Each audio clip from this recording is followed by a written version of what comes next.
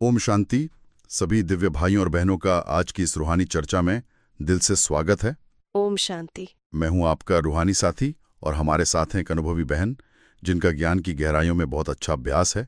आज 27 जनवरी 2026 की साकार मुरली है और सबसे पहले तो आज का दिन बहुत ही विशेष है। हम सभी के दिलों में अभी भी गणतंत्र दिवस का उल्लास है। आप सभी को भारत के गणतंत्र दिवस की ढेरों शुभकामनाएं। सभी को बहुत बहुत शुभकामनाएं। उस एक परमपिता परमात्मा की छत्र छाया में हम भारत को फिर से विश्व गुरु बनाने की सेवा में लगे हैं। जय हिंद। जय हिंद। आज की मुरली का सार देखें तो मतलब बाबा हमें एक रूहानी सर्वाइवल गाइड दे रहे हैं। इसका शीर्षक हम दे सकते हैं, श्रीमत की पटरी पर सावधानी से चलो वरना माया दिवाला निकाल देगी।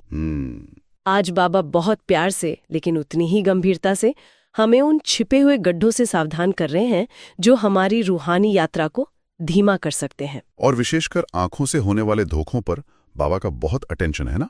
जी बिल्कुल। ये तो बहुत महत्वपूर्ण विषय है क्योंकि माया के धोखे होते भी तो बहुत सूक्ष्म हैं। चर्चा को शुरू करने से पहले क्या आप हमें आज की मुरली के सार अनुसार कुछ क्षणों के लिए एक गहरे रूहानी अनुभव में ले जा सकती हैं? अवश्य।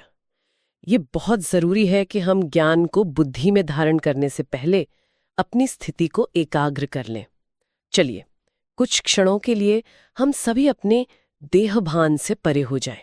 अनुभव करें कि मैं एक चैतन्य शक्ति ज्योति बिंदु आत्मा हूं, भ्रुकुटी के मध्य में स्थित। मैं परम धाम की वासी हूं। मेरे सम्मुख मेरे प्यारे बाप, शिक्षक और सद्गुरु शिव बाबा ज्ञान सूर्य के रूप में विराजमान हैं। उनसे सर्व शक्तियों की किरणें, पवित्रता की किरणें मुझ आत्मा में समा रही हैं। मैं आत्मा शक्तिशाली बन रही हूं। मेरा हर संकल्प पावन हो रहा है। ओम शांति। ओम शांति। बहुत सुंदर अनुभव। चलिए अब मुरली की गहराइयों में उतरते हैं। बाबा, आज हम मीठे बच्चों को महावाक्य में समझाते हैं। मीठे बच्चे, कदम कदम श्रीमत पर चलो, नहीं तो माया दिवाला निकाल देगी। ये आंखें बहुत धोखा देती हैं, इनकी बहुत बहुत संभाल करो। ये लाइन सुनने में बहुत सरल लगती है पर इसमें गहराई बहुत है। बिल्कुल। इस एक महावाक्य में बाबा ने पुरुषार्थ का पूरा नक्शा दे दिया है। कदम कदम शब्द पर ध्यान दें। इसका अर्थ सिर्फ बड़े फैसलों में नहीं बल्कि हर संकल्प, हर बोल और हर कर्म में श्रीमत। मतलब अपनी मनमत का जरा भी अंश नहीं। जरा भी नहीं। और बाबा जिस दिवाले की बात कर रही हैं वो इस दुनिया के बिजनेस में होने वाले दिवाले जैसा नहीं है जहां इंसान शायद 5-7 साल में फिर खड़ा हो जाता है। सही कहा। ये तो 84 जन्मों की कमाई का दिवाला है। एक छोटी सी भूल हमें राज्यपद से गिराकर प्रजा में ला सकती है। और विशेषकर आंखों पर जो बाबा ने जोर दिया है, आज के इस डिजिटल युग में यह और भी प्रासंगिक हो जाता है। बहुत सही कहा आपने। आंखें ही तो मन का दरवाजा है। बाबा जानते हैं कि दृष्टि से ही वृत्ति बनती है। देह को देखने से देह अभिमान आता है, आत्मा को देखने से आत्मा अभिमानी स्थिति बनती है। इसीलिए बाबा कहते हैं इनकी बहुत बहुत संभाल करो। ये एक चेतावनी है जी, कि इस दरवाजे पर बहुत कड़ा पहरा रखना है। इसी से जुड़ा बाबा ने आज एक प्रश्न भी पूछा है जो हर पुरुषार्थी को मतलब स्वयं से पूछना चाहिए। प्रश्न है, किन बच्चों से माया बहुत विकर्म कराती है? यज्ञ में विघ्न रूप कौन है? बाबा ने इसका बहुत स्पष्ट उत्तर दिया है और 2 मुख्य कारण बताए हैं। पहला, जिन्हें अपना झूठा अहंकार रहता है। अहंकार माया का सबसे सूक्ष्म और शक्तिशाली हथियार है। ये ज्ञान, पद, सेवा किसी भी रूप में आ सकता है। बाबा कहते हैं अहंकार इतना शक्तिशाली है कि वो मुरली पढ़ने या सुनने जैसी सबसे जरूरी मर्यादा भी वो भी छुड़वा देता है। आत्मा सोचने लगती है कि मुझे तो सब पता है। बिल्कुल। और जैसे ही मुरली छोड़ी, माया थप्पड़ लगाकर वर्थ नॉट अ पेनी बना देती है। ये बात बहुत गहरी है। कभी कभी पुरुषार्थ करते करते ये सोचना कि मैं बहुत अच्छा पुरुषार्थी हूं, ये भी तो एक सूक्ष्म अहंकार ही है ना। यही तो है। इसका सबसे बड़ा लक्षण है कि आत्मा दूसरों की सलाह सुनना बंद कर देती है, उसे अपनी हर बात सही लगने लगती है। और यहीं से दूसरा पॉइंट शुरू होता है जो बाबा ने बताया, झरमुई झगमुई वाला। जी, विघ्न रूप वो हैं जिनकी बुद्धि में झरमुई झगमुई यानी परचिंतन की बातें रहती हैं। जिसकी बुद्धि में अहंकार होगा वो जरूर दूसरों की कमजोरियां देखेगा, उन पर चिंतन करेगा, बातें बनाएगा। अच्छा। बाबा कहते हैं ये बहुत खराब आदत है जो बुद्धि योग को तोड़ देती है, आत्मा की बैटरी को एकदम डिस्चार्ज कर देती है। तो मतलब अहंकार और परचिंतन एक दूसरे से जुड़े हुए हैं, एक के आने से दूसरा अपने आप ही आ जाता है। एकदम। और यही यज्ञ में विघ्न का कारण बनते हैं। बिल्कुल। इसीलिए बाबा ने श्रीमत के उल्लंघन पर इतनी गंभीरता से सावधान किया है। मुरली में कई बार ये बात दोहराई गई है कि श्रीमत ही वो रेल की पटरी है जो हमें स्वर्ग की मंजिल तक ले जाएगी। पटरी से उतरे तो मंजिल बहुत दूर हो जाती है और सजाएं भी खानी पड़ती हैं। जी, बाबा हमें याद दिलाते हैं कि द्वापर से लेकर आज तक हमारी उतरती कला का कारण ही आसुरी मत पर चलना रहा है। बाबा ने एक और बहुत शक्तिशाली शब्द प्रयोग किया है, डीटी से डेविल। ये सुनकर तो रूह कांप जाती है। हाँ, यह मुरली की सबसे गहरी चेतावनियों में से एक है। जरा सोचिए, हम इस ज्ञान में क्यों आए हैं? नर से नारायण और नारी से लक्ष्मी बनने। डीटी यानी देवता बनने, ये हमारा सर्वोच्च लक्ष्य है। लेकिन बाबा कहते हैं कि माया इतनी प्रबल है और श्रीमत का उल्लंघन इतना खतरनाक है कि वो इस रास्ते पर चल रहे बच्चों को डीटी से डेविल बना देती है। इसका मतलब ये नहीं कि कोई राक्षस बन जाता है, बल्कि देवत्व के संस्कार समाप्त होकर आसुरी संस्कार जैसे क्रोध, अहंकार, ईर्ष्या, वो इतने प्रबल हो जाते हैं कि आत्मा की दिव्यता ही खत्म हो जाती है। ये एक धीमी प्रक्रिया होगी, है ना? बिल्कुल। ये एक रात में नहीं होता। ये छोटी छोटी मनमत श्रीमत में की गई छोटी छोटी एडजस्टमेंट से होता है।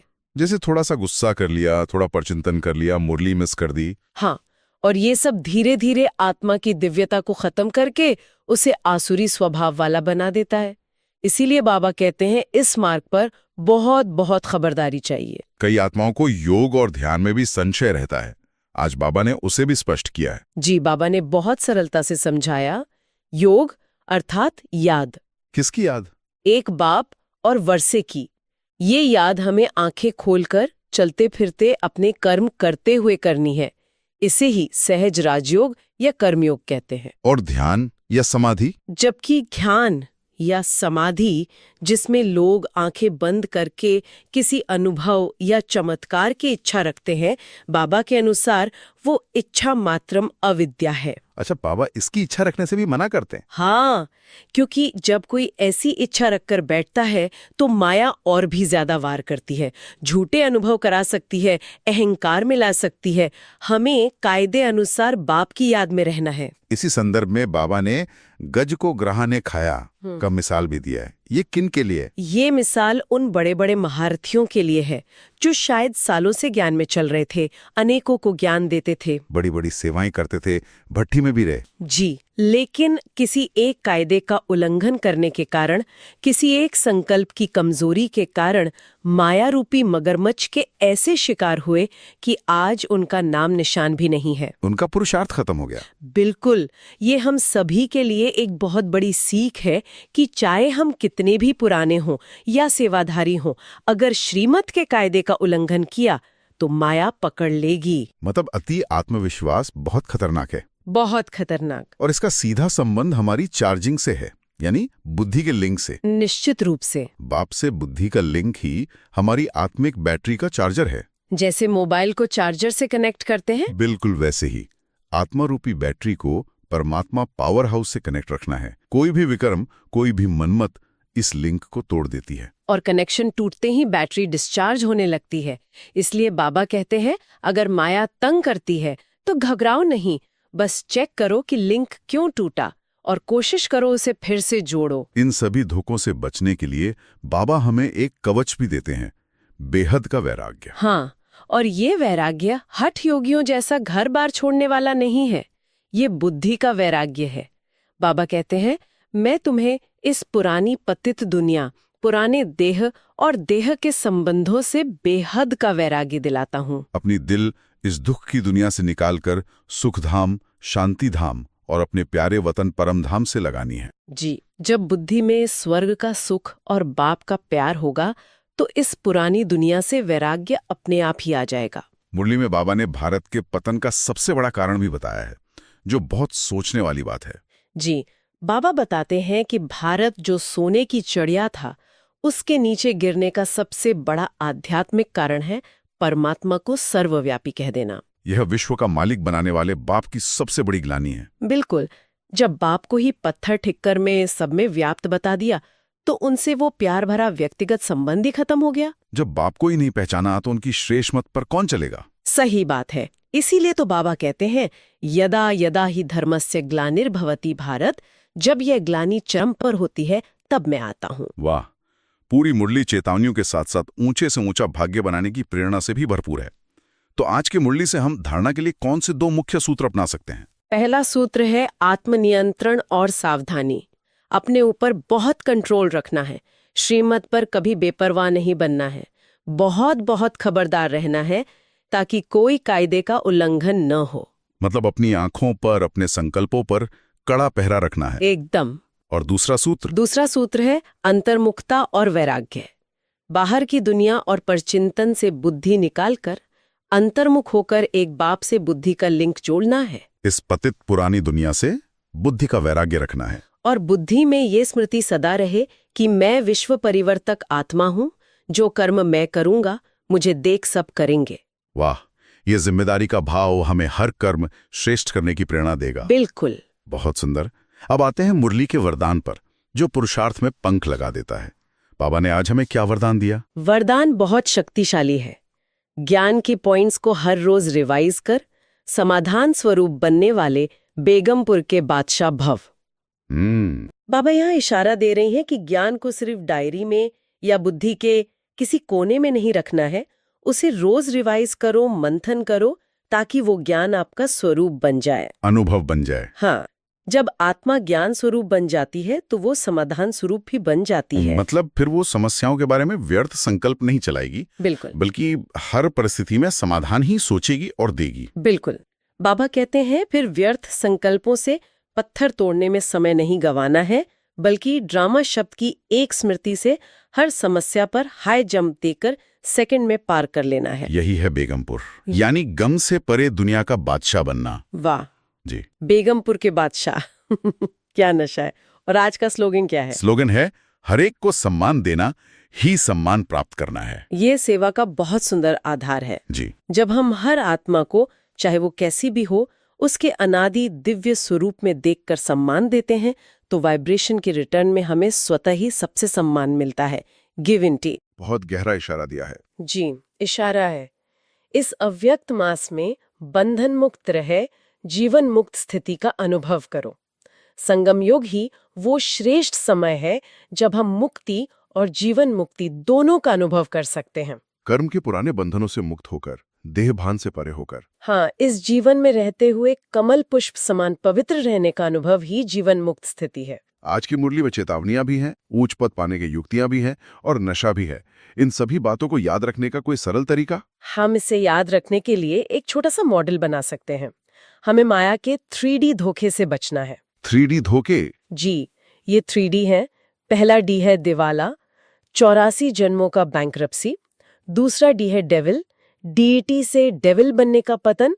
और तीसरा डी है डिस्चार्ज, बाप से लिंक टूटने से बैटरी का डिस्चार्ज होना। दिवाला, डेविल और डिस्चार्ज। और इन तीनों 3D धोखों से बचने का एक ही अमोघ उपाय है, बाबा का एस यानी श्रीमत। वाह, अगर श्रीमत पर 100% चलेंगे तो इन 3D धोखों से सदा सेफ रहेंगे। वाह, 3D धोखे बनाम बाबा का श्रीमत, ये बहुत शक्तिशाली और याद रखने में आसान तरीका है। आज के चिंतन के लिए आप हमारे सभी साथियों को क्या प्रश्न देना चाहेंगी? हर एक को आज शांति में बैठकर स्वयं से 2 प्रश्न पूछने चाहिए। पहला, मेरी बुद्धि में ऐसी कौन सी सूक्ष्म झरमुई झगमुई यानी परचिंतन चलती हैं जो मेरे योग को भंग करती हैं, उसे आज मैं कैसे समाप्त करूंगी? और दूसरा, मैं अपनी आंखों द्वारा होने वाले धोखे से बचने के लिए आज कौन सी एक विशेष सावधानी रखूंगा या रखूंगी? क्या मैं आज हर आत्मा को आत्मिक दृष्टि से देखने का अभ्यास कर सकता हूँ? जी, ये बहुत प्रैक्टिकल प्रश्न है। जी। और आज के दिन के लिए हम कौन से शक्तिशाली स्वमान धारण कर सकते हैं? दिन भर इन स्वमानों का अभ्यास करें और देखें कि आपकी स्थिति कितनी शक्तिशाली रहती है। मैं कदम कदम श्रीमत पर चलने वाली पद्मा भाग्यशाली आत्मा हूँ। मैं मास्टर ज्ञान सूर्य हूँ, मेरी दृष्टि में पवित्रता और रूहानियत समाई हुई है। मेरा बुद्धि योग एक बाप से अटूट और एक रस है। मैं चार्ज्ड आत्मा हूँ। बहुत बहुत धन्यवाद। हम सभी श्रोताओं से आग्रह करते हैं कि रोज मुरली अवश्य पढ़ें और उसका चिंतन करें। ये साधारण शब्द नहीं है, ये स्वयं भाग्य विधाता बाप के डायरेक्ट महावाक्य हैं जो हमें देवता बना रहे हैं।